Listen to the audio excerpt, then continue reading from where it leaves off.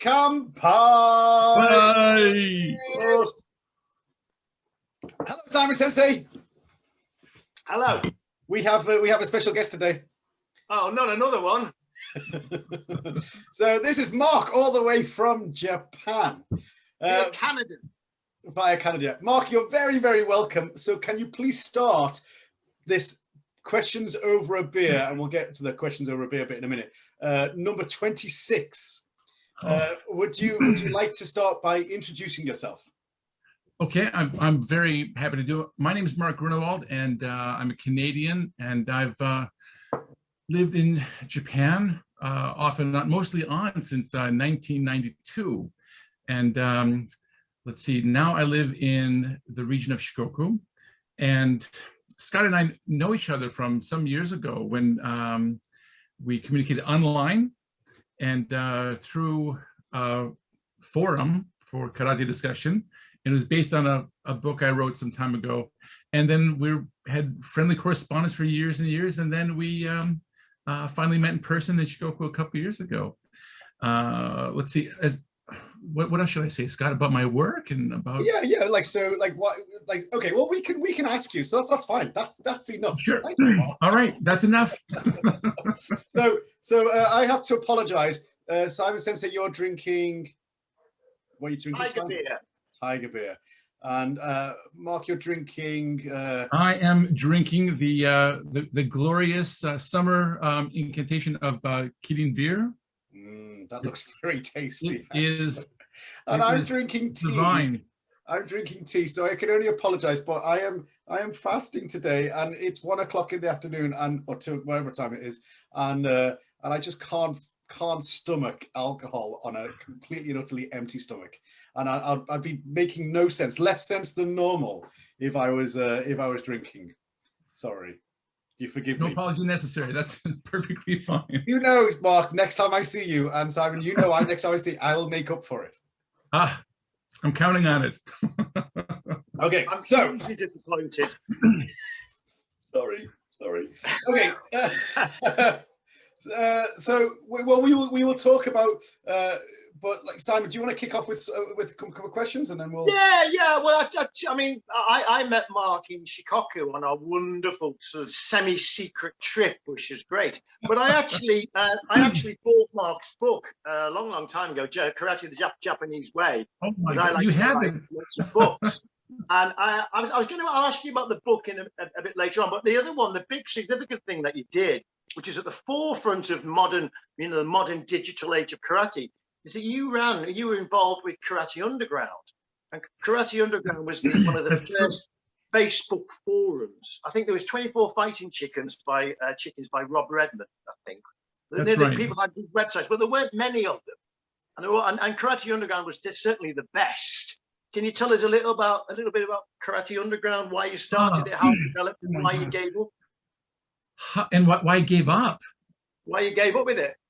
Oh my God! Well, start with the good stuff first. Can I just say, I think Karate Underground was before Facebook. That's correct, right? It was before Facebook, yeah. So it ran as an independent forum.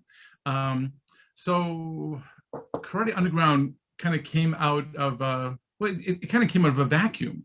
So Rob was running 24 Fighting Chickens for a long time, and he'd been doing that for ages.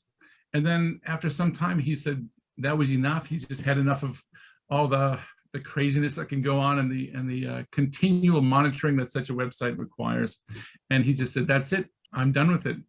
And at that same time, my book had come out, and then I thought, okay, well, maybe I can do this thing. So I talked to a good friend of mine in Ishikawa, where I was before, and he said, "Yeah, I can help you do it," because I'm not tech savvy at all, so I had no sense of that. But I like to write and I like to talk shop, and so he set up the bones of it, and then we got it running, and so we just put out some notice that, okay, we're gonna get this thing going, and it went wild. It went absolutely crazy, and so what we did with the beginning of running Karate Underground is that we really wanted I wanted it to be something that wasn't just Mark blathering on about nonsense and things he doesn't know completely, as well as others do. So I want it to be a collaborative and a collective place where people can talk and chat and have intelligent discussion.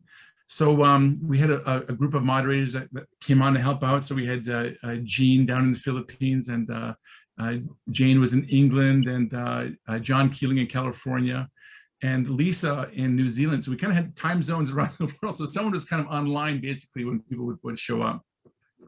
And we ran that forum for a number of years. And then, yeah, we kind of pulled the plug after a while, because it just became, it kind of got to a point where that was as far as I could take it. And also I was leaving Japan at that point, going back to Canada with my wife Kazuyo. So we just had to do a complete reset. And then we said, okay, that's it. And just let it go. And Facebook had just come out, I think like the next year. So then it kind of made karate forums, well, outdated, I think at that point. Did you enjoy it though? I loved it. I really did. And it was absolutely fascinating, because I was in this very strange position where I could meet extremely smart people in karate, which I was passionate about and still am. And it was very strange to make long distance friends that way, and then meet them in different places around the world, which was so fun. It was just so unreal at that time. Now it seems a bit more commonplace, I think, but at that time it was absolutely, it was like a new frontier. I think kind of Facebook has changed everything, hasn't it? But like there's a whole host of, well, I'm sure there's quite a few people listening to this who don't really remember before Facebook, a time before Facebook. Right. Yeah, I mean, yeah. Facebook is not that old, but still it's probably like anybody who's mid-20s probably doesn't remember a time before Facebook. Absolutely. You know what I mean? And at the time, like forums like Karate Underground and 24 Fighting Chickens before that, like they were the place you go to chat and to see what people were thinking and right. Get, I mean, you didn't get videos attached to it, but you got kind of links and stuff like that. You could check things out, right? Whereas now it's just like on your timeline, constantly. Yeah. Well, that's true. And the thing about the forums and at that time and how we were using the internet, I thought was absolutely genius, because what it was doing, it was essentially flattening the pyramid. It was broadening that out, flattening it in dynamic, important, and very, I think, culturally relevant ways, right? It kind of gave ownership to all of us. And that was just marvelous. Well, I mean, it was a bit hard to kind of take at a time, because you had no authority apart from what you said, and then often was the case the people who said most had the most authority. And I remember I came, like only once, I came a little bit unstuck by making a comment, and then just the deluge of kind of negative comments about what I'd written, and I was like, but I'm on the instructor's course. But like that's meaningless, mate. Like it's who can type as the much you can. Whereas, so it was the start of the democratization of karate, and that was hard sometimes, and it was hard to kind of get used to. Whereas nowadays it's far easier because then you just put a video clip. It's like, I think also it was important because there was only one platform in a way. Yeah. It's a bit like when I was a kid on, we had television. Everyone watched television with like 3 channels. I'm very old, but there was like 3 channels in England and 4 channels. We all went to school. Everyone watched the same TV show, and then we talked about it afterwards. So that the platforms were very narrow. So kind of anyone who was very interested in karate would look at Karate Underground. So the audience, I'm sure, the audience must have been big. So it was great. It was really good. Well, that's true. But one thing about authority in a kind of a flattened, non-pyramidal structure I want to address for just a moment is that what happens on the internet when we have free discussion is that you kind of really have to stand by your argument and kind of put up or shut up.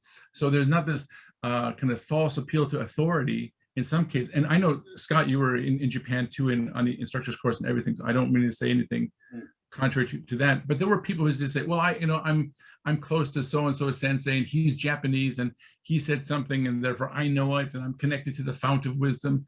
But that thing that appealed to the Japanese figurehead for all knowledge, that was dissipating, and I think in a very positive way. Yeah, kind of broke away a little bit. Yeah, I mean, I don't for any kind of moment want to suggest that it wasn't positive.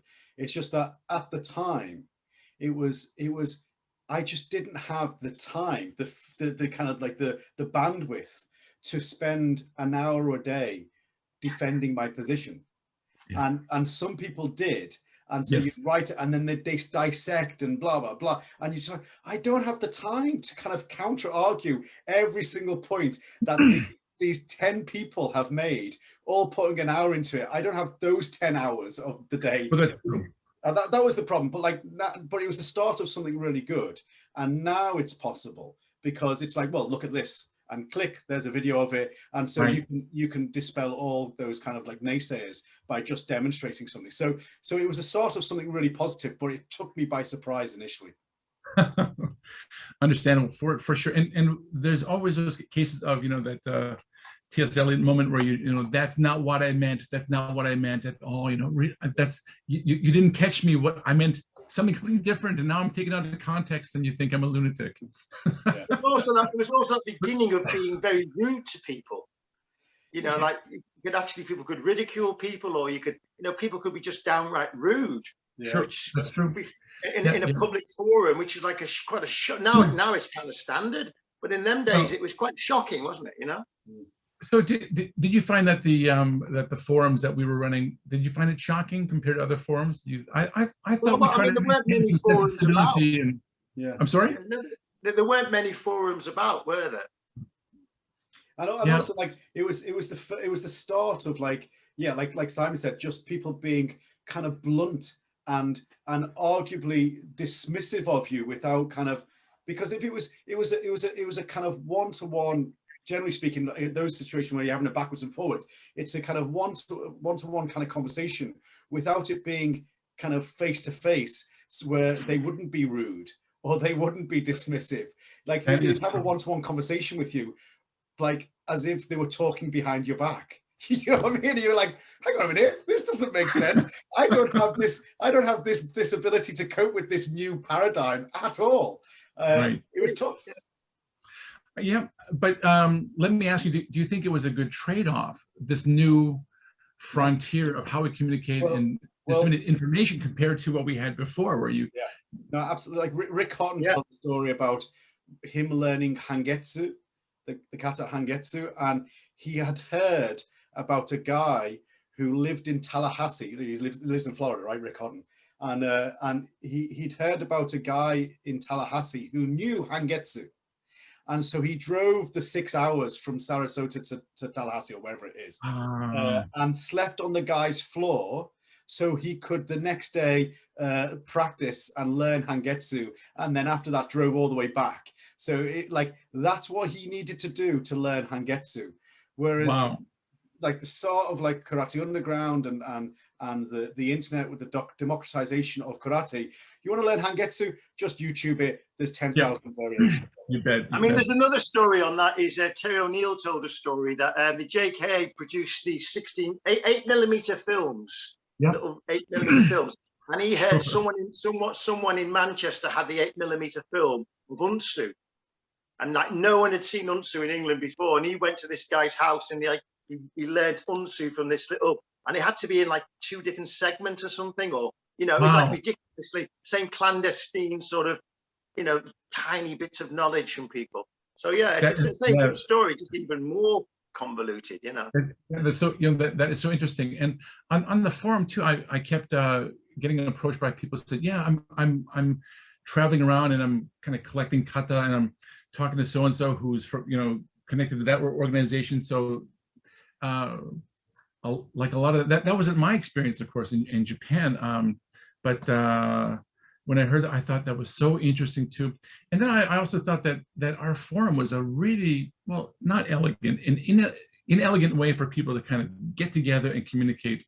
There were a number of people who were traveling all over the world to kind of meet with top level people who were kind of outside the major orgs, but they could go and meet and train together and become friends. I thought that was I thought that was the best thing. I mean, it made the world smaller. It was good. And wait, so how many years did it run for? Oh my God, I think maybe 10 years, I think. No, not that long. No. 5 or 6 years maybe. I think, I mean, I think in many ways, like the karate at home phenomena, you know, where they're doing kind of Facebook Live first lessons during the pandemic, is you can draw a direct link between, you know, Karate Underground and 24 Fighting Chickens, and the start of that kind of like kind of cross-organizational communication, where people are just talking to people that they would never normally talk to, or even be allowed to talk to. Right. You kind of almost anonymously, you know, whereas now, like that, and that's kind of, as technology's developed and like bandwidth has increased, now it's the point where you can actually take classes with people, and you stand or fall by your quality of teaching, and it's broadcast throughout the world forever. Like, so I've done. No, it's scary, isn't it? Simon have done on Karate at Home. They're out there forever. So yeah. It's a great thing if you do a good job. And just like Karate Underground, what you said was there forever. You know, that's it. Yeah, but I think that's great too. So just put it out there. Just don't be so shy. If it's imperfect, if it's not, you know, it's so polished, I love it. I think that's wonderful. Let's just see everything. And be kind and generous of thought, and let things not be so beautiful all the time. That's Karate at Home, I think, has kept that, because universally they don't do negatives on it, which is a wonderful thing, you know, which is great. Last question, Karate Underground, did you make any money out of it? Oh no, it was not made for money. And no, I floated the whole thing myself. That was perfectly fine. So that was my my good deed for the days that we had it. So. well, from two users, we should say thank you very much for that. Thank you. My great pleasure. And yeah, but I think the whole thing enriched my life a lot. I think it taught me how to be a little bit more diplomatic. I think it taught me a little bit how to kind of let people have their space, and but in return I got friendships, you know, that are just the greatest thing. So my question then is tell me about your karate history then. You started in Canada and then you continued in Japan. Yeah, so when I finished my studies at university, I graduated very young. I finished college when I was 20. I did 4 years and I did a 4-year program in 3 years, and then I wanted to get out of Canada because it's terrible in the winters, and I had grown up in a very how can I say, a kind of very tight religious Dutch Canadian bubble, and I needed to see the world outside of that. So I got a chance to go teach in China in 1990.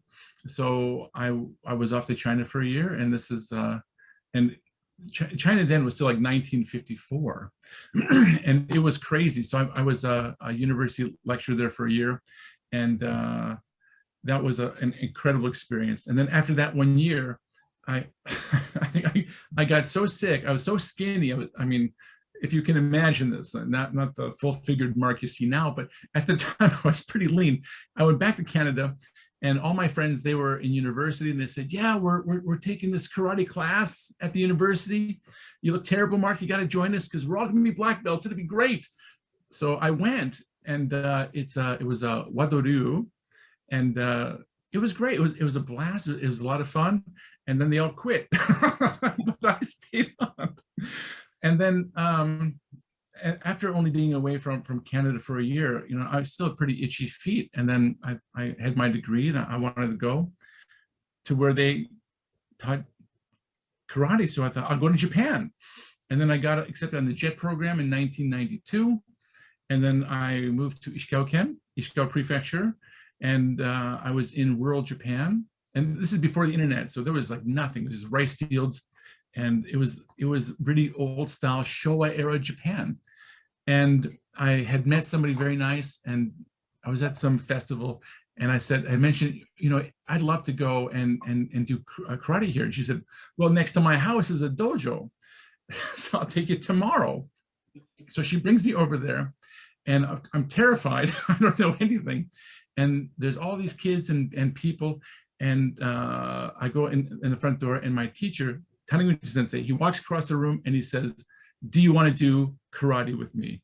And I said, "Yeah, for sure I do." And that was the beginning of my karate education in Japan, which was Shotokan style. So, and I trained as every day I could get out there pretty regularly, and I stayed for the whole JET program. Towards the end, I was pushed to go do my Shodan grading. So I did that, got through that, and then I had to go back to Canada, and I did my graduate work. And my graduate work is in comparative literature in medieval themes of Bushido and chivalry. So then I completed most of that. I came back to the same area and continued my karate for another 9 years after that, same dojo. And that's how I started. So, and then after that, my wife and I moved here to Shikoku. So altogether, all the years put together, I've been in Japan now for 23 years, I think, altogether. And sorry, your instructor was Taniyama, was it? Taniyama Sensei? Taniguchi. Or Taniguchi. So he was JKA. JKA, yeah, that's right. And his number one is a karate teacher named Mori Masaki, and Mori Masaki, Mori Sensei. He is he won the All Japan Masters course a few times over. He is, and he was and still is just absolutely terrifying, you know. And his nickname was Killer Kick, because that man, he can put his roundhouse kick like right on your face, and you just feel his foot like on your nose hairs, and he pulls it away. Terrifying, absolutely terrifying. I mean, I reread bits of the book today, you know, and you say that you actually trained at all the classes, or you used to go there for the kids' classes as well. Oh yeah, for sure, yeah. So you show it first. Yeah. So be there for the kids, and then well, you warm up, and they're kind of going, and then you're expected after Shodan to kind of, well, to do teaching as well. So you kind of help and you guide, and sometimes break up the class into Q ranks. So then you work on, you help them with their kata or so on.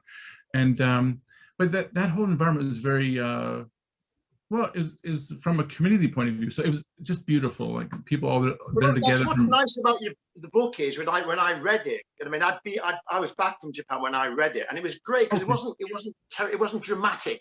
You know, you didn't go to Japan to polish your waza and develop your fighting spirit. You went to Japan to train at a great dojo with great people and be part of the community. And yeah, the training was hard and the grading was hard, but it was really nice. It was very sort of matter of fact. And I think you say in the book, if you're interested in how they do karate in Japan, this is the book to read. And that's really nice. You know, there's no self-aggrandizement in it. Well, I think I'm kind of plain by nature. So, but the way I wanted to write the book, and Taniguchi Sensei was very clear about this. He said, you know, after I took my knee down, he says, now you got to write the book. And I said, you're out of your mind. How can I possibly write a book? What do I know? I'm just some Canadian guy. I mean, I grew up in Canada and Edmonton. You know, we just played street hockey. And I mean, I'm just a nobody in, well, internationally. So, but he said, you know, he was a guy who was a baker, wasn't he? Yeah. He wasn't a professional karate instructor. He was a guy like lots of us who loved karate and as a job. And that's like right. He had a bakery, and then he'd go to his dojo. It's great, you know. Oh yeah, that's right. So yeah, he wasn't a full-time government-supported karate instructor. So, but most karate men are not. I mean, if you get outside Tokyo, they're all regular people. And that's the beautiful thing I think about karate, is that they're all regular people doing all kinds of regular things. But karate is a thing that which enhances their life. So, but I was instructed to write the book and to get it done. So I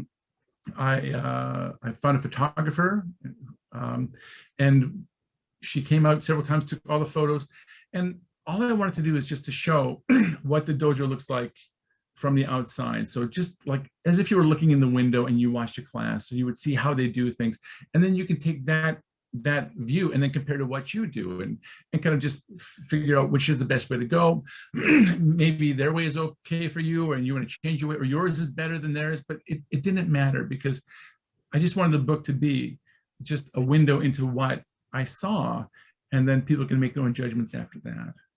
Like a story like that is far more kind of honest in many ways, right? I mean, like I think if you get the story of like the, you know, the professional or the ultra hard, you know, whatever it is, like it's far less relatable. It's quite kind of, you can read it in a voyeuristic kind of way, go, oh, that's interesting, but maybe not so relatable so much. And like have you ever read the Pajama Game?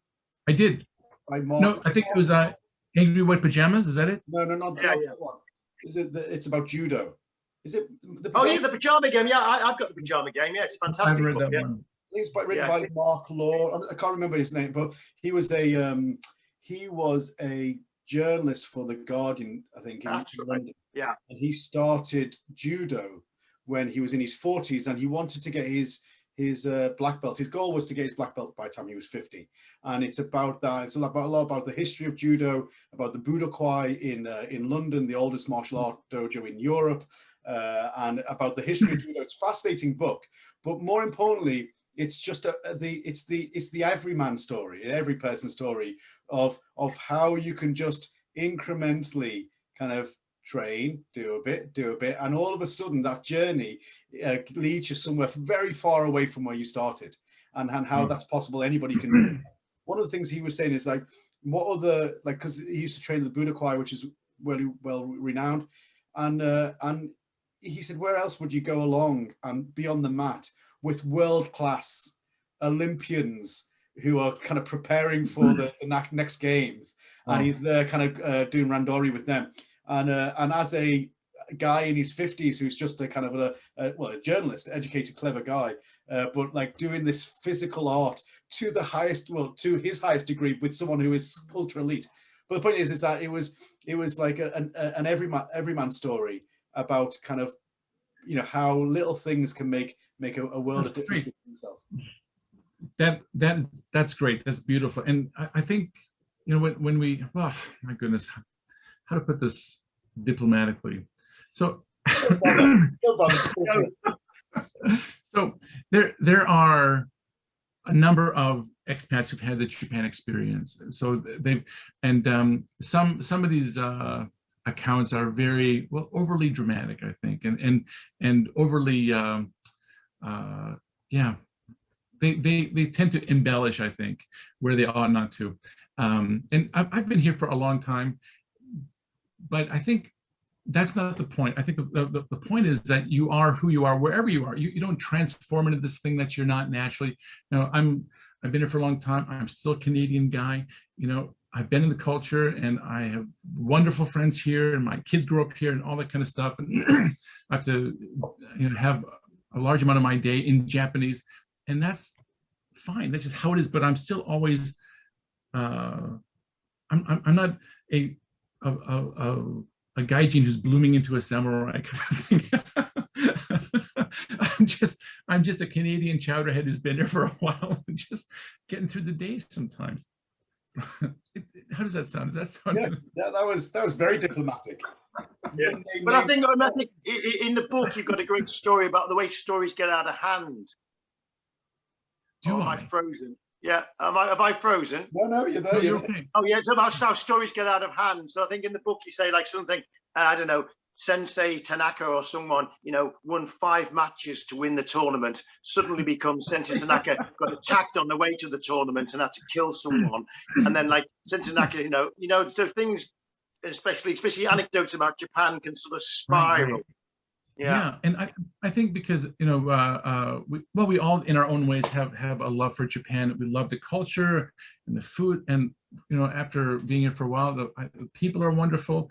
There's a lot of great things in Japan. I don't think I would have lived here as long as I have if I didn't really like it and love it here.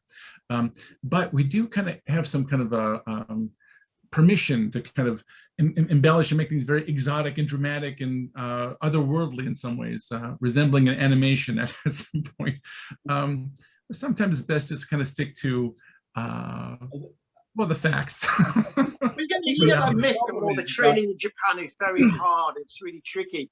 And like really, in reality, sometimes the hardest thing about training in Japan is to find the dojo, is to get there. Yeah, So it's like everyone trains hard. So it's easy to mythologize it. I think also like the magic of like whether it be the living in Japan experience or the training of it, the magic of it is often in the subtle and the nuance and like the very small detail. And in order to convey the beauty of that very subtle thing, often it has to be, I don't know, elevated to something a little bit more dramatic to convey how you feel about it. Do you know what I mean? I mean, like, yeah, there's some creative license taken with that. Yeah, I mean, for sure, I wouldn't want to kind of exaggerate, and when I write anything, I hope that I'm not exaggerating that much. Well, anything really, poetic license a little bit, but like I can understand how, like your love of something, and you write, oh well, this happened, and people go, oh, is that it? Yeah, no, but it was beautiful because of this, and this, and all of a sudden, Tanaka Sensei's fighting off five kind of yakuza as he makes his way to the tournament. You know what I mean? Right. Yeah, it is very interesting how things kind of do spiral out of control. But there is still something, I think, in my own experience, and when I say experience, I mean very limited, very narrow, very singular, which singular, not like special or unique, but just, something happened to me by accident. So I think in my own experience, I've had some wonderful chances to be in a very unique environment as the only expat in some context. But also because you are a foreigner in a very alien, very new environment, you're kind of overwhelmed in some ways too. Your senses are overloaded. So how much can you really report on the truth of the matter? So there is always this element of, yeah, that sounds great, but maybe it really wasn't that way. So I have to check my memory sometimes too. Did that really happen or not? So, if for like insofar as the training part in Japan, I can safely say it was pretty hard, very rigorous, but also very community based as well. So they kind of we're in it together, and that karate from the top down all the way down to the bottom was always we're in it together. Taniguchi Sensei never ruled his dojo like he's the emperor. He always referred to other teachers by sensei, always. Mori Sensei, Higashi Sensei, Yoshioka Sensei, always use sensei with them, always polite. So he never put himself above others. He always elevated others around him. And I think for me as a newcomer to that whole world, that was the best model for how karate should be. That we're in together, we're enriching each other and supporting each other and pushing and testing and punching each other, but with love. So.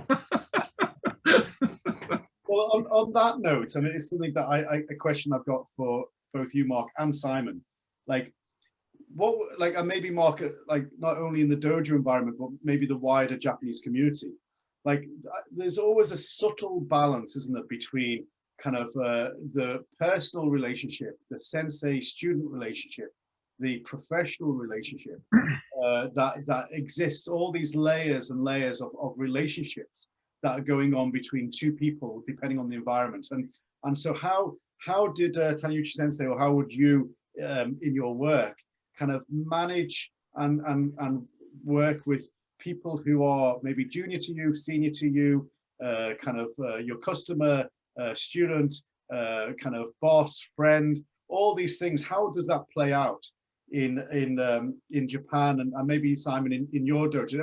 I only say this because I was having a conversation with someone about it the other day and gave them my impression of it, and I was wondering what you guys thought about, like the constant minefield of having, like, say for example Ross. I wasn't talking about Ross, but like just using him as an example. He's my student, he's my employee, and he's my friend. He's also 20 years younger than me, and there's a whole host of dynamics that are going on there constantly that you have to kind of balance. How do you think that balances in Japan, in Simon, in your dojo, in the wider community within Japan, within the dojo in Japan? What do you think? Simon, you want to go first? Oh, okay. Well, I think it's a lot easier for in England, because, you know, in Japan you've got tatimai, you've got hone, you've got all these complicated hierarchies in Japan. So in my dojo, I mean, I'm Simon, really, but we always use sensei. And all my black belts, I know it's not technically right. I don't use senpai or kohai. I don't use that. But anyone who's a black belt in my dojo, I call them sensei, and the kids call them sensei. And just because it gives them, it's nice, because it's a nice thing, you know. So I mean, I'm Simon Sensei in the dojo. I mean, I was, you know, and out the dojo, I'm Simon. Never, you know, never call me Simon Sensei outside the dojo, particularly unless you're in Japan with Scott. But you're right. There has to be the elements of that. You know, I am the boss. Yeah. So it is. I mean, it's Scott Sensei's dojo is much, you know, much bigger than mine. So in my dojo, it's fairly clear. But in HDKI GB, I mean, it's sort of it's like one of those unwritten rules, really. But I don't expect to be called sensei except in the dojo. So I don't have any problem with it particularly. You know, what I don't like is, like, you know, I've done some. We do a Q grade examiner test, and people are very nice. And people go, "I'm honoured to do a test with you," which is lovely. You know, very nice. But I'm less keen on that. And I'm less keen when I see posts on Facebook, for example, where so and so sensei visited us and we were honoured to have his presence in our dojo. I mean, people are being polite, but it's a little bit like, hey, they're just teaching a French class, and you're paying them. But tell us about Japan. There's a minefield in Japan there. Well, yeah, I think it can be a minefield, and I think it's easy to feel lost in that. I think so. In my case, I'm not a kid anymore. I'm in my 50s, and I'm a sensei in some context. I also own a company, so I'm also a shacho, which is a very different thing too. So when I'm with other business friends, sometimes I'm called shacho, sometimes just Mark-san, sometimes just Mark if we're friends. But also when I teach kids in my own classroom, they sometimes call me Mr. Mark, which is fine. Sometimes just Mark, which is great too. And I think when I meet new students, they are very shy because they're not sure what to call me first, right? So I always just say, call me Mark. Mark is always fine. Mark always works.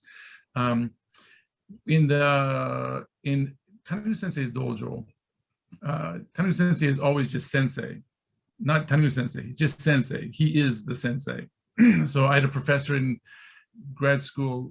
He wasn't Professor Dimich, he was just the professor. Everyone knew who that was, just by default. So, and he never, well, both Tanegu Sensei and Professor Dimich never said, you have to call me anything. They knew who they were. And if you acknowledge that and knew that, then that was great. Then there's that relationship that can grow. And for those people who do not understand it, there's no point teaching them. Just let it go. It doesn't matter. They're outside of what's important. So that's nothing to get your back up about. Just let that slide. And I have this in cases too. So I'll be at some school or something, and I'm introduced with one of my titles or something, and my resume is read out, and then somebody who's close to my age, or a bit older, they'll just call me Mark-san, like right to my face in front of somebody trying to, you know, put me in my place, and just ignore it, just let it go. But you feel this, like there's that moment, Mark-san, and I just let it go. But you feel this tension to other people around. What are you going to do? And just let that go. It doesn't matter, because I know who I am. I know what I can do. That should be enough. So, does that answer your question, Scott? Yeah, that was a nice saying, that they are outside what is important. That's the most polite put down I've ever heard in my life. Just let it go.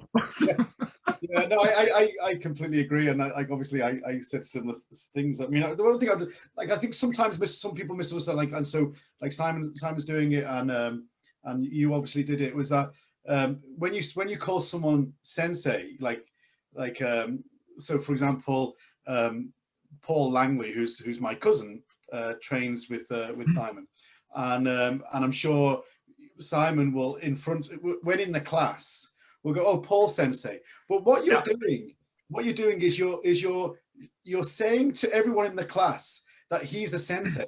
You're not saying he's my sensei. Like, you know, like in normal, if it was a private conversation or when you're teaching someone, it'd be like, hey, Paul, blah, blah, blah, blah, blah. Oh, and Paul says he's going to do this now.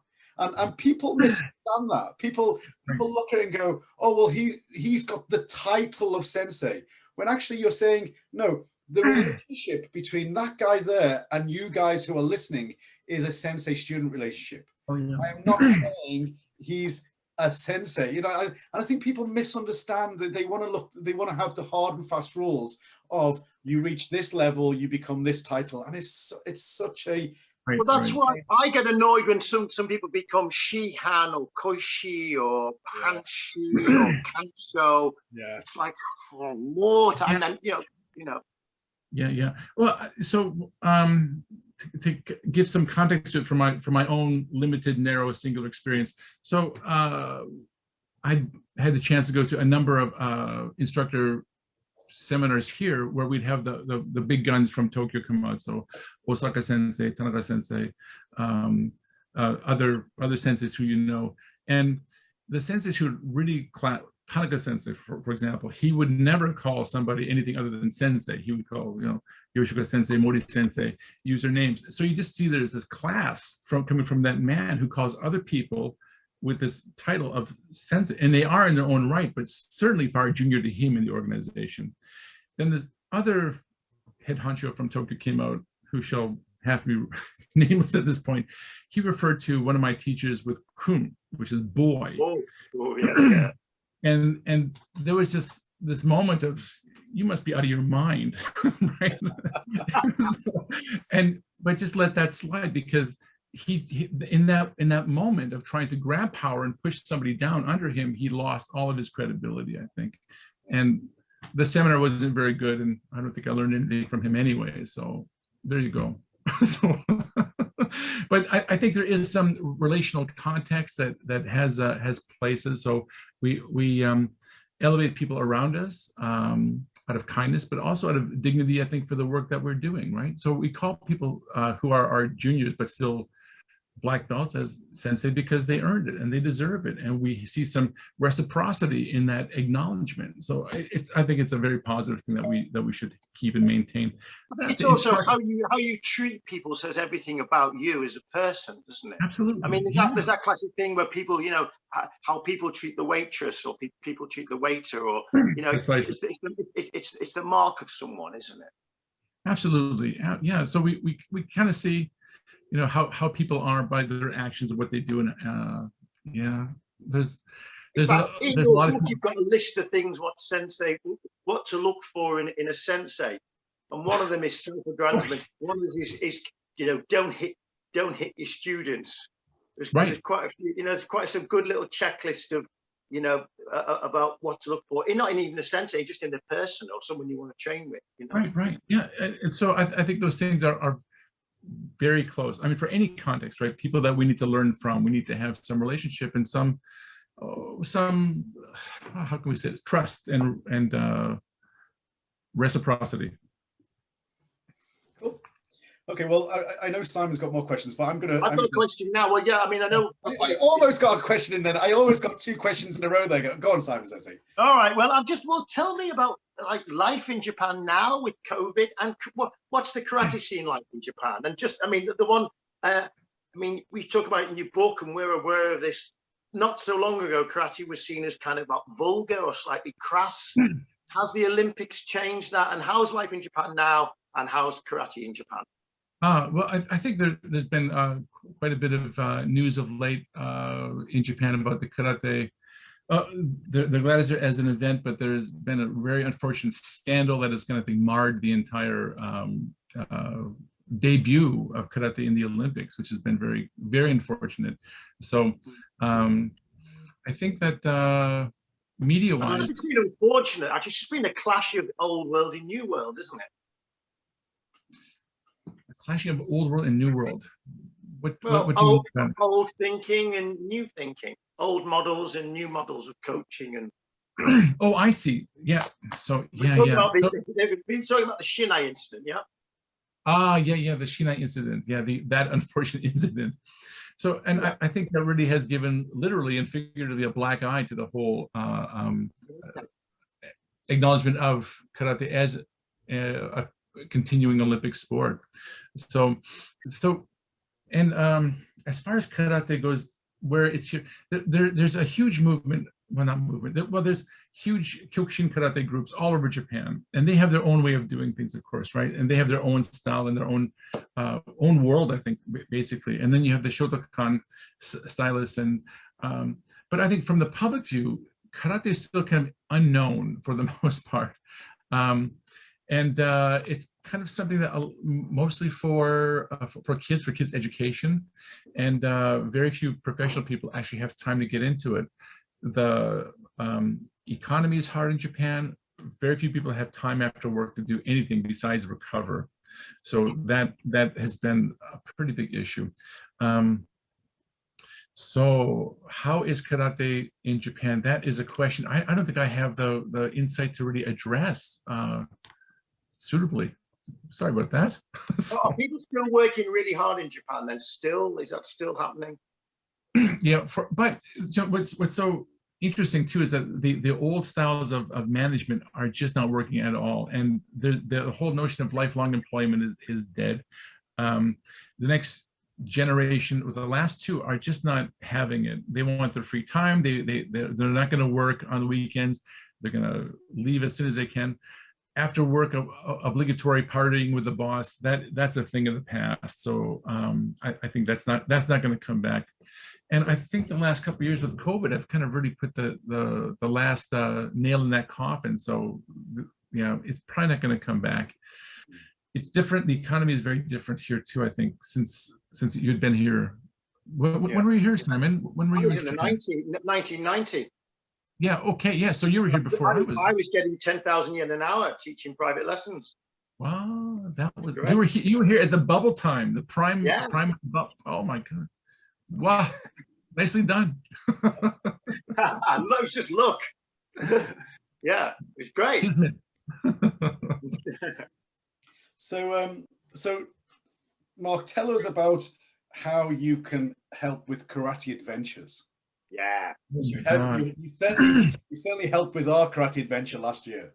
Well, you know, I'll tell you what, you guys coming out, that was a holiday for me. I had such a great time when you guys were here. Just a blast. It was just fantastic.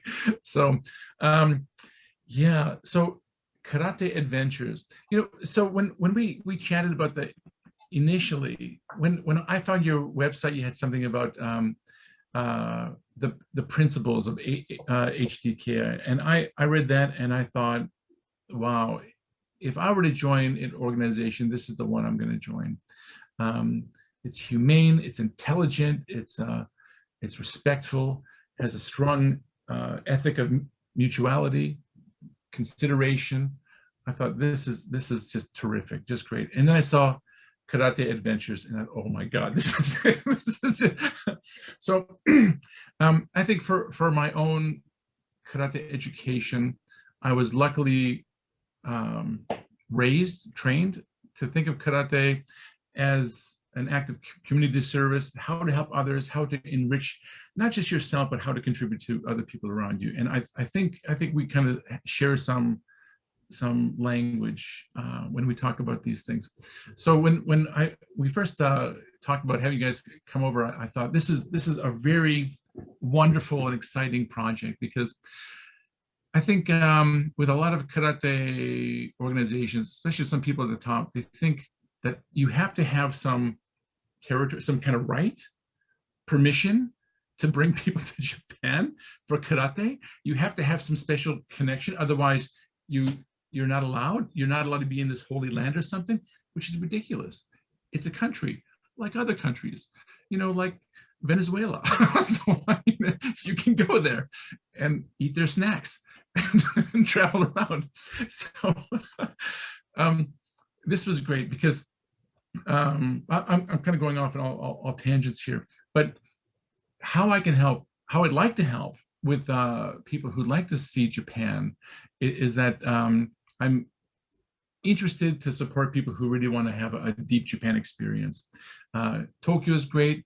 Kyoto is great. We've been there a lot of times. And if you're new to Japan, you should go, because it's fun. Kyoto is fantastic. Tokyo's a blast, but after 3 days, and if you want to see something a bit deeper, then I really think that Shikoku is kind of really is just an awesome place. It's got everything. Old traditions. It's such a road less traveled, isn't it? I think that's what it is. So, so the thing about Shikoku is that, well, it's 4 prefectures, and it's an island region. For people who don't know what Shikoku is like the smallest island, kind of sleeping under Honshu. So it's under Osaka, and it's in the sea.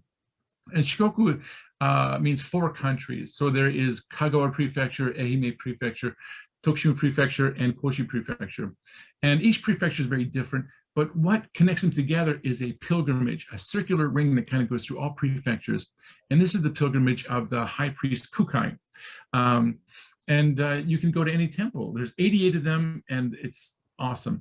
But the thing about this pilgrimage and the temples in it is that people can kind of get really close to things. They can touch things, they can see things, they can interact with the priest, they can participate in what's going on in the temple.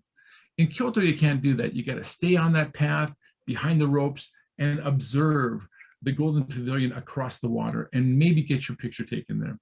But this is different. You get to go a bit deeper into things. When you guys came out, so we did a little bit of that, which was great.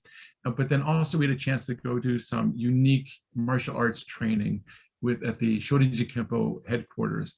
And that was so great. And I think it was great for you guys. I mean, you report back, everyone says they had a wonderful time, but I think those guys also had a wonderful time meeting you as well. So it was a total win-win for everybody. So, and if I can help facilitate that and bring you guys together, then I think that'd be a wonderful thing. And that's, I think, part of what I want to do with my own karate, if that makes any sense.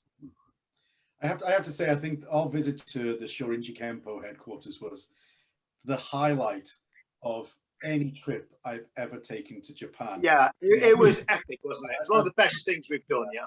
I'd go as far to say that maybe it was one of the best karate experiences I've ever had. Really? Yeah, it was just so, I mean, yes, it was authentic. Yes, they were good. Yes, it was well organized. Yeah, but also there was just some deeper quality of authenticity, of humility, of that kind of like special combination of great skill, hard training, humility, a sense of giving. It was amazing. It was amazing. You know, it was something that I'll cherish forever and hope that I can do again next time we're there. I agree. It was actually a beautiful experience. It was absolutely beautiful. You know, it was good. So our feedback from those guys are very happy to have you come again. So we just got to work out the details. And I would recommend that you guys stay longer this time, that we're going to camp out nearby for a few days. And we can talk about, what you'd like to do, what kind of things would be of interest.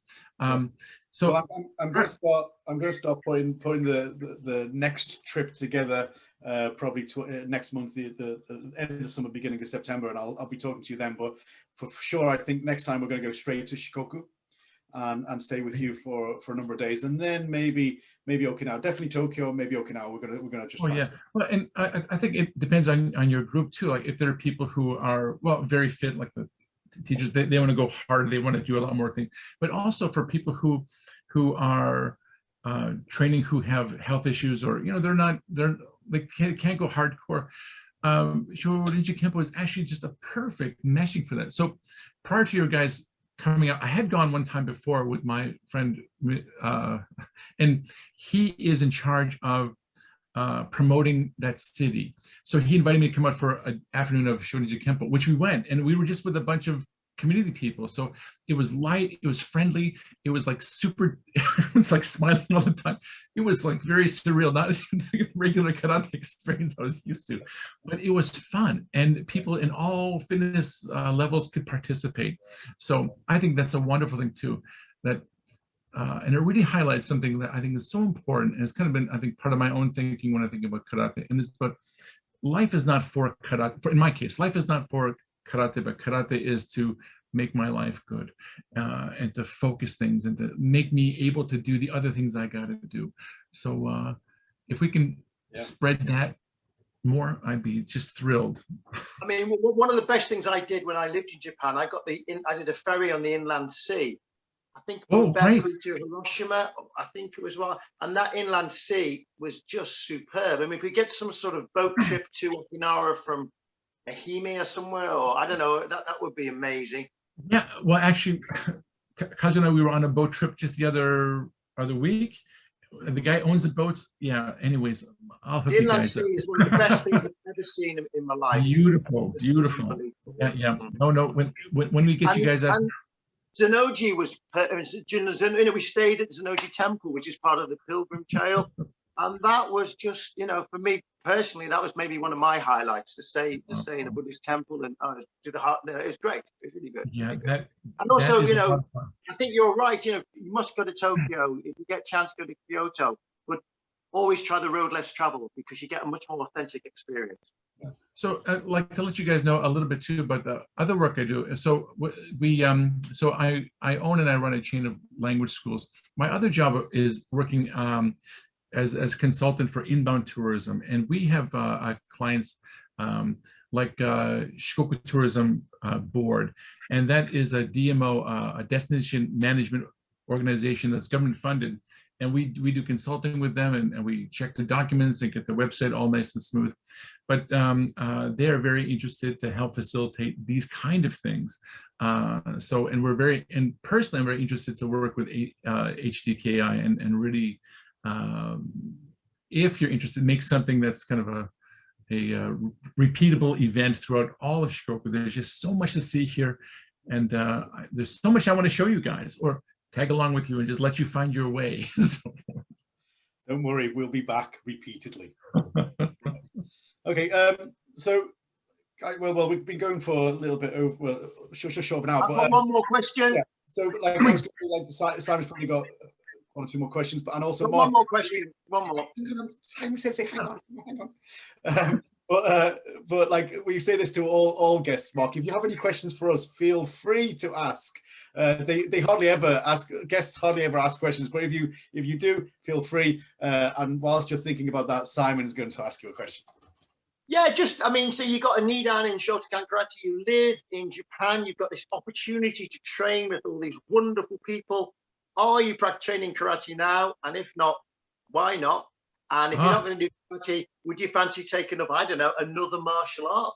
Iaido, Kyudo, something else? Yeah, so, since we moved to Shikoku and we're away from Sensei Dojo in Ishikawa-ken, I never went to another dojo here, and I just couldn't do it. I just couldn't do it. Of course, I love my teachers, and I'm grateful to them forever. And as far as my own training goes, I do train, but very lightly. I walk to the kata sometimes, and I stretch out and I punch at my walls, but not intensely, not in a dojo setting, and I don't compete at all. And I haven't for the last 13 years. But I do try to keep fit and still try to use what I learned in my own way. But I would love to go back to karate, but I think, as I mentioned before, so the karate training I had, I think, really helped me become the person that I am. And the job I have now, which is to run my company and to do other work. So for example, so our company is a chain of schools, and we have a staff of 12 people, and we reach over 1,000 kids. So my job has to be focused on that, because our company is also a service-focused organization. So the energy I have needs to be for those kids. So that's my work, and I think that's why I have karate in my life, if that makes any sense.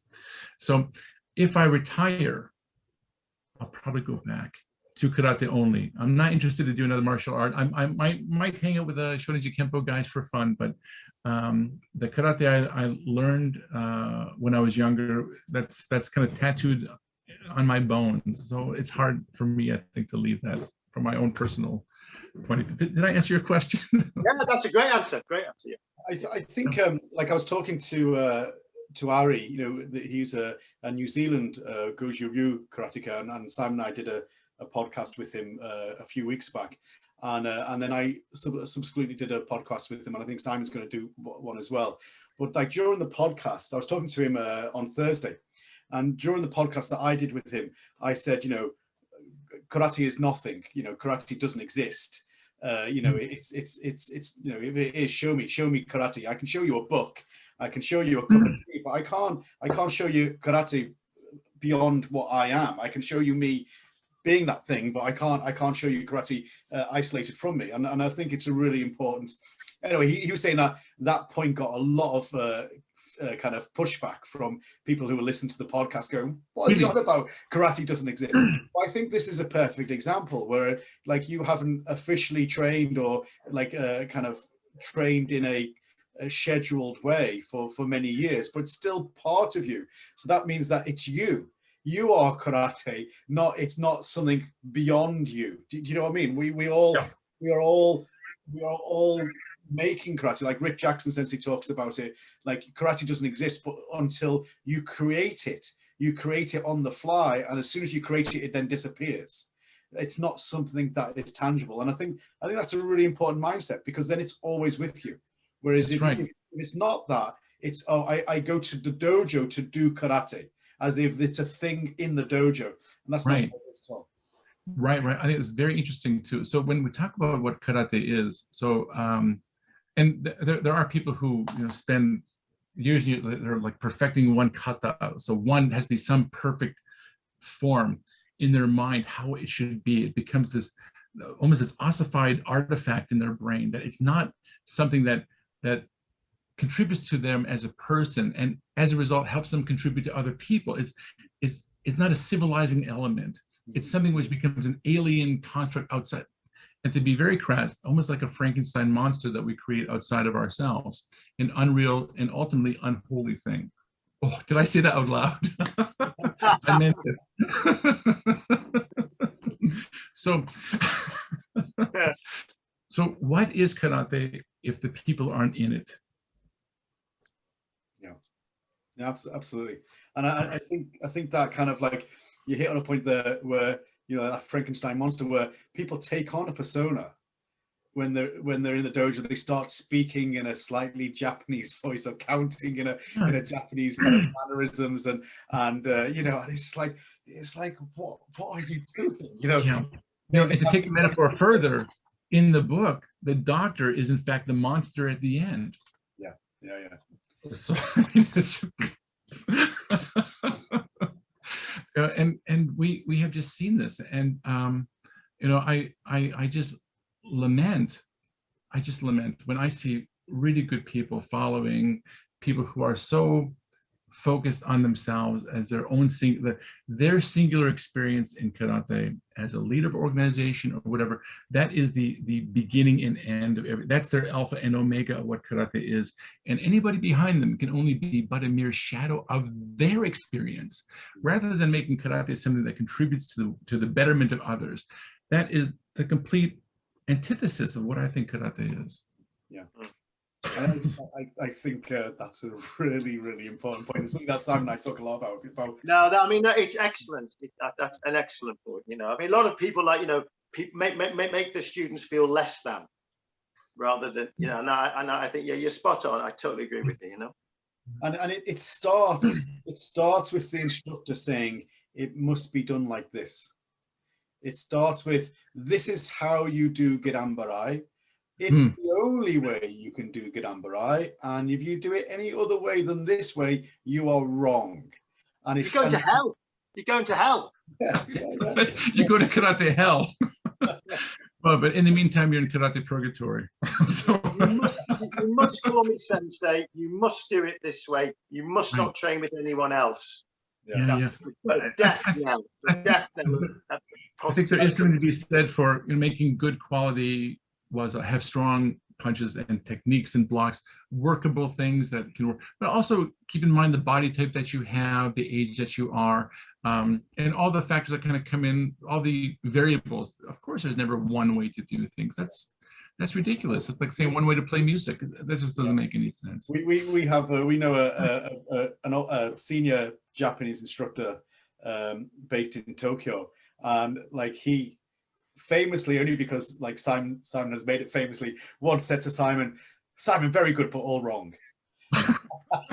He doesn't talk to us now, but he doesn't talk to us now. But the point is that like I remember him saying that and looking at Simon like just smiling and thinking, yeah, but Simon could kick you through the wall if he wants to. It's just like, why? You know, why? But like ego and position and just that absolutist view of what karate has to be. It's a slippery slope. Yeah. Well, I have some questions for you guys, if you don't mind. It'd be a very pleasant experience. You're the only one. Oh, really? Okay. So I'm very fascinated with the organization that you have established, HDKI. It's almost the anti-organization in some ways, but it still works. Somehow it seems to still work. I'd like to know what are, well, not like a mission statement. That just sounds so canned and campy. But what are the kind of the governing principles of how you organize, and also how do you see this organization? First of all, keeping standards, maintaining some order, if I can use that word, and growing in a meaningful way. That's my question. So I think that, like, we don't have a mission statement. We have guiding principles. So my brother I've got an identical twin brother who is like me. Well, he's identical, and what he does in the corporate world is kind of like what I'm doing in the karate world. Like, in many ways, our kind of outlook is very much mirrored, being identical twins. And so, but he's got a master's in organizational structure, and that's what he works in, the corporate organizational structure. And when the HDKI was forced to be born, like I was writing the how we were going to structure it, you know, and I spoke to him, and he was like, throw out the mission statement. You don't need that. Don't have rules. Don't have anything other than guiding principles. And I was like, well, okay. And we were talking about him going backwards and forwards, and so I was like, well, we want to have tradition, of course, but also we want to have innovation, and we want to have respect and collaboration. He says, well, okay, that's it. They're your 4 guiding principles. So you want to have tradition, innovation, collaboration, and respect. And every decision, you don't need rules, but every decision you make in a pragmatic way, you must make sure that you're fulfilling those guiding principles.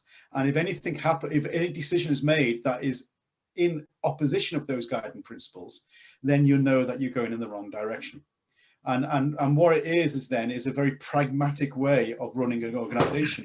And so the organization that's constantly evolving to the situation at hand, rather than, having, 4 years ago, having a set of rules that we wrote down because of the environment that we were in at the time, and then all of a sudden, we've dramatically changed in those 4 years, and those rules wouldn't apply anymore. But guiding principles don't. So we had them, and then we had a vision of what we want to do. So teach good karate and be kind.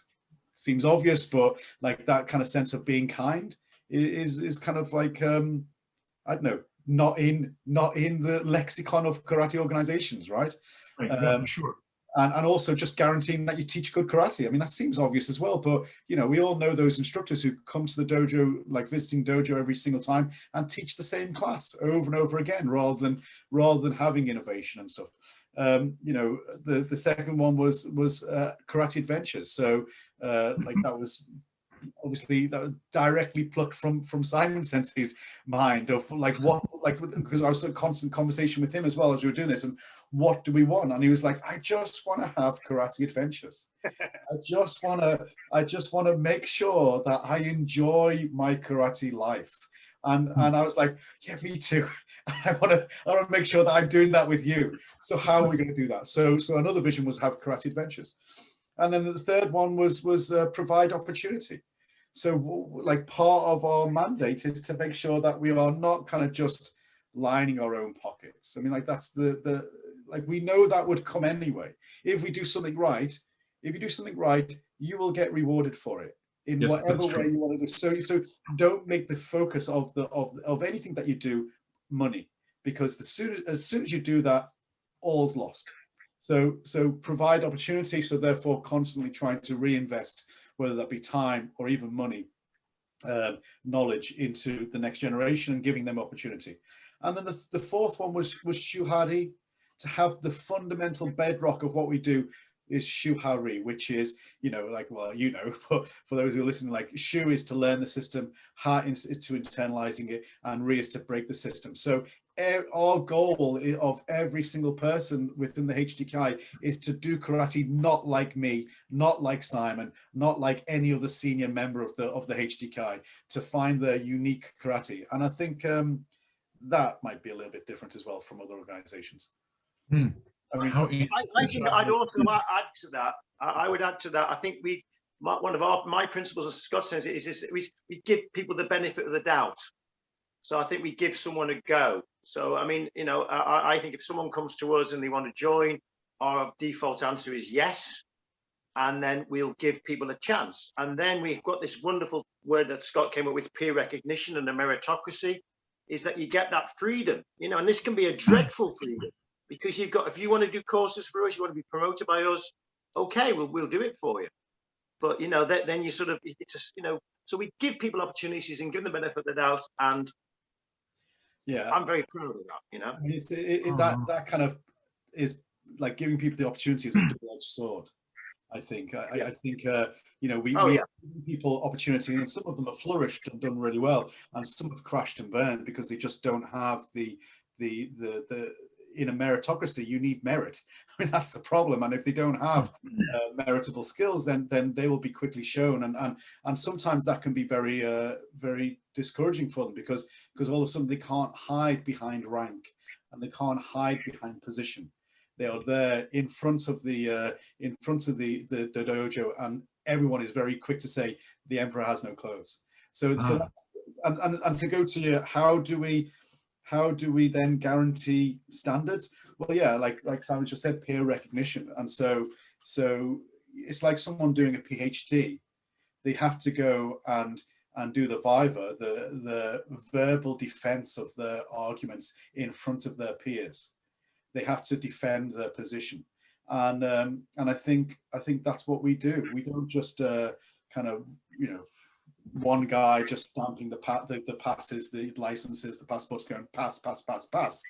We have to defend our positions of why we pass this person and why we don't pass that person amongst our peers, and they will be, whether they're qualified Dan examiners or not, if they're fourth Dan and above, they will be invited onto the grading panel and be given equal share of vote.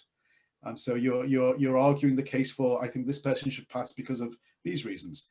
And they'll go, yeah, and then you get that balance then, and it works out that way. I mean, you might know, Mark, but in England, in Britain, there's been a cataclysmic sort of implosion in the karate world. Yeah, I did hear that even from out here. Yeah, well, HDKI GB's got incredibly doubled in size this year. So we've got a new 8th Dan. We've got 1, 2, 3, 4, 5 new 6th Dans have joined the group. We've got karate champions. So a massive influx of people have come into the group, which has been amazing. But also, I mean, what's doing in terms of meritocracy, it's involved us stepping up to the mark as well. So, we've done a lot of work is getting our safeguarding and our organization tight as a drum. Scott came over, he's done a couple of courses already, 3 courses already. And he's got everyone comes, all these 6 Dans, 8 Dans are watching him and me. So, it's a bit much like, we constantly have to prove ourselves. And then the new people come in. And if you keep those standards up, I think they recognize those standards and they recognize us, which is a big deal for us.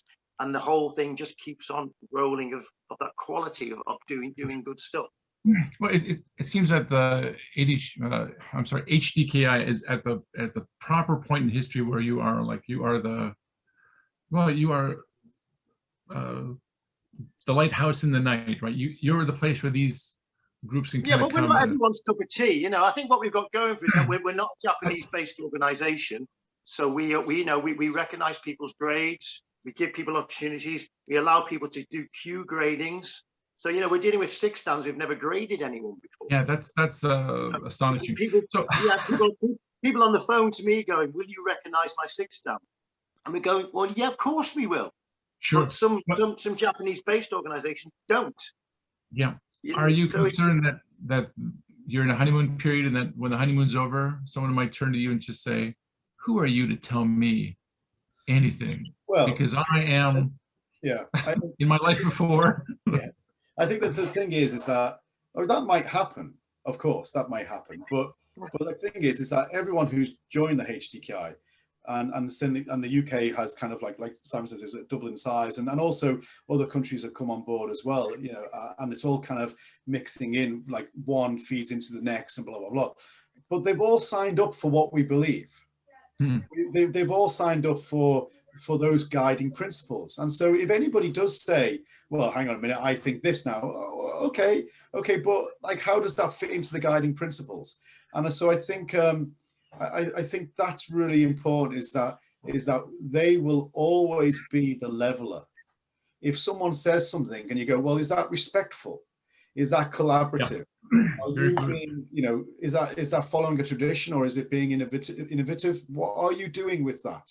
And that will be our safeguard. But like one part of the question that you asked is moving forward, the structure and coping with that will be our biggest problem, is as we get bigger and bigger, having structures in place that will facilitate the size of the organization. And the big question is, can we then still maintain the personal touch? And the answer ultimately is no and yes. No, in the sense that, like for example, I 2 years ago, I was probably in regular touch with every dojo that was affiliated to the HDKI worldwide. Nowadays, I'm not. And so if I continued with that model of not interfering, but like when I'm in touch with people, I know what's going on, and I can then kind of give my input, give my advice, make a decision if need be. And now I can't do that because things are happening in the UK, in America, in Canada, all over the world that I don't know anything about. And so I can't keep that personal contact. Just like on a kind of like on a national level, Simon says he's doing the same thing, right? And so what you got to do then is empower people within those regions to go, I will keep in touch with you.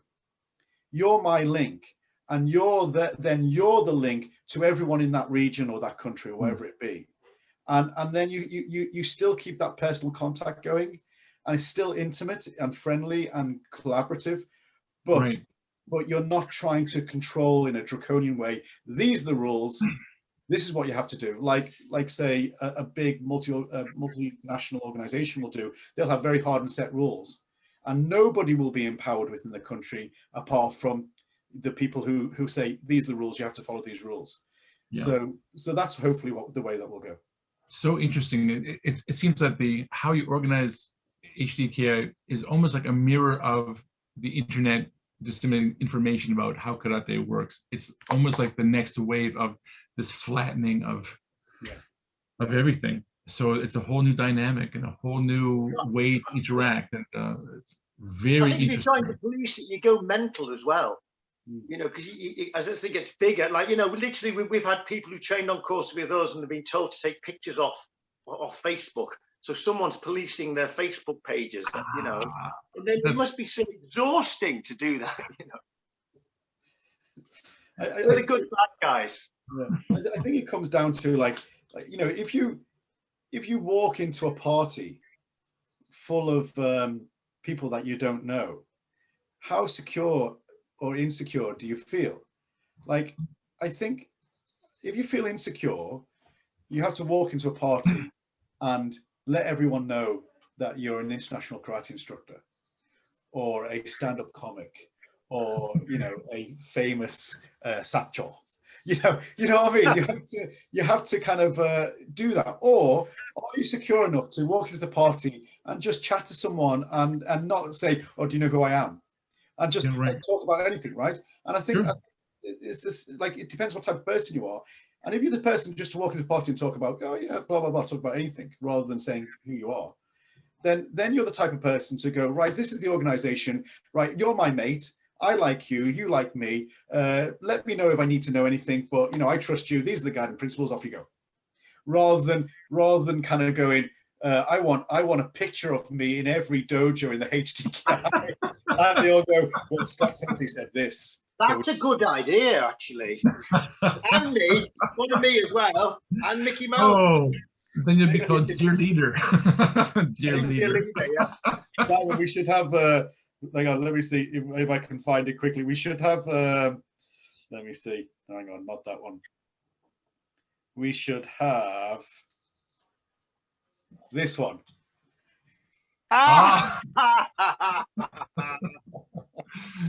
Oh, you guys look sharp. Look good then. We should have looked good. That was like 2.5 weeks of traveling around Japan, wasn't it? That was Okinawa, yeah. Yeah. So there we go. Fingers crossed. Thank you for the question, Mark. That's really refreshing to have questions, isn't it? Yeah, but as long as we're pragmatically kind of dealing with stuff, I think it'll be fine. You never make a hard decision, you just make a decision right then, and then you can always just kind of, if things start going off in the wrong direction, bring it back again. I mean, the one thing I've learned over this massive growth space is just have a good structure. So we offer professional insurance, we offer safeguarding, we just offer people can fit into this situation, and you're in a group, and we've got secretary, we've got licenses, we've got insurance, we've got events. It works. Because I mean, if people have no idea how hard it is to start a new organization. How hard could it be? Well, it's really hard. I cannot imagine. And Scott, you've been on this road a couple times, so I just cannot imagine how you can get an organization going like that. And it's third time lucky. It's amazing. It is just amazing. And you're really in such uncharted territory, and to do it with a sense of humanity and the feeling of continual positive regard for others is just really a remarkable achievement so far. So if it collapsed now, it'd be a miracle that happened. But I really want to see huge success for HDKI. I think it is really, it's the next step. It's how we should grow. Good question. Evolution. What is success, though? That's a good question, isn't it? Well, for me, I think, like Simon and I have talked about it, but like, we're going to take a step back, like, sooner rather than later. All right. Not today, not tomorrow, Simon. Not tomorrow, Simon. Day after tomorrow. But we're going to take a complete step back and leave it to the next generation in the next 5 or 6 years. Great. That's great. That will be success. That will be to have the successful transition of leadership without losing one member. And that is exactly what Sensei did. That's exactly what my teacher did in his own dojo too. He passed it off to Mori Sensei, and he just on the side, he still teaches and trains and enjoys life and does everything he wants to do. But that's exactly what I had grown up in my own karate experience. But you're on a macro scale. Yeah. That's a good point, though, because the only organization who've done that is SKI, and they've kept it in the family. Yeah. Yeah. Oh, I see. Yeah, because I think all the other organizations have. Oh no, ISKF have sort of kept it in the family. Literally blood ties. All other groups haven't. Yeah, that just sounds like a recipe for it's going to end in an unhappy way. So there we go. So do we have any more questions, or should we finish on that? That's good. I think I'm happy with that. You are happy, Mark, or you want to fit anything else? Last one in. Yeah. When am I going to see you guys here in Japan? So April or May next year. Good. Well, you just let me know. I'll arrange my staff around everything, and I'm going to make myself as free as I can be, because I don't want to miss your karate adventure in Japan. So. Yeah, no, for sure. So I will start organizing it next month when things are back to, well, I'll say back to normal, but like when the school starts back again and the dojo's up and running as normal, then I will be focusing on that and talking to people. Also, like when people just got the headspace to travel internationally again, yeah. Of course, yeah. Give people a chance to kind of get their head around that again and feel stable enough to get in an airplane. Understood. Well, shall we, a big thank you to Mark. Thank you very much. And we'll always finish with a small kampai. I'll do the Shunji Kempo thing first. Shunji Kempo. Yep. Okay. Thanks, Mark. Thank you so much. Cheers.